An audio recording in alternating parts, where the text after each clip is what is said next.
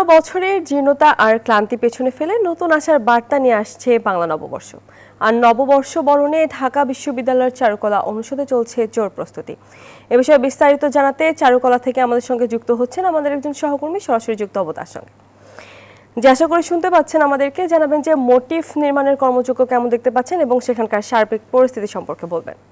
পুরনো বছরের ক্লান্তি, জড়তা এবং প্রকৃতির যে এই সময়ের রুক্ষতা, সেসব কিন্তু ছাপিয়েই নতুন বছরকে বরণ করার জন্য প্রস্তুত ঢাকা বিশ্ববিদ্যালয়ের চারুকলা। এবং শুরু থেকেই 14 তারিখে যেহেতু পয়লা বৈশাখ বাংলা নতুন বছর উদযাপন করা হয়, তার আগে থেকেই যে উদযাপনের কেন্দ্রবিন্দু সেটি কিন্তু হয় চারুকলা প্রাঙ্গণ। এবং সে কারণেই মোটিভ থেকে শুরু করে লোকজ ঐতিহ্য ফুটিয়ে তোলার যত আয়োজন, সেসব করতেই কিন্তু ব্যস্ত এখানের মিস্ত্রি যারা রয়েছেন, চারুকলার শিক্ষার্থী যারা রয়েছেন।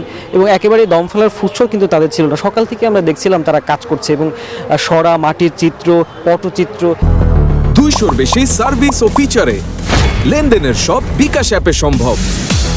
এসব নিয়েই কিন্তু তাদের ব্যস্ততা আসলে পার হচ্ছে। এবং এই বর্ণিল রূপ দিতেই কিন্তু শোভাযাত্রাকে সাজিয়ে তুলতেই বর্ণাঢ্য র্যালির জন্য সেটিকে ঘিরে কিন্তু এই তাদের আয়োজন। এবং র্যালির কিন্তু এবার আবারও নাম পরিবর্তন হয়েছে। এবার যে শোভাযাত্রাটি করা হবে সেটি কিন্তু বৈশাখী উদযাপন হিসেবে কিন্তু আসলে করা হবে, বৈশাখী শোভাযাত্রা। এবং এবারে প্রতিপাদ্য রাখা হয়েছে নববর্ষের ঐক্যতান, গণতন্ত্রের পুনর্জাগরণ এবং সমাজে ঐক্য, সম্প্রীতি ও গণতান্ত্রিক যে মূল্যবোধ সেটির পুনর্জীবনের বার্তা ছড়িয়ে দেওয়ার জন্যই এই প্রতিপাদ্য রাখা হয়েছে, সেরকমটা বলছে তারা। এবং প্রতি বছরের মতো এবারও আলপনা, জলরং, গ্রাম বাংলা দৃশ্য ফুটিয়ে তোলার জন্য প্যাঁচা, বাঘসহ সেসব লোকজ ঐতিহ্যের কিন্তু বিশাল যে সংগ্রহ সেটি কিন্তু এবার করা হয়েছে। এবং 5টি মোটিভ রাখা হয়েছে বরাবরের মতো এবারও।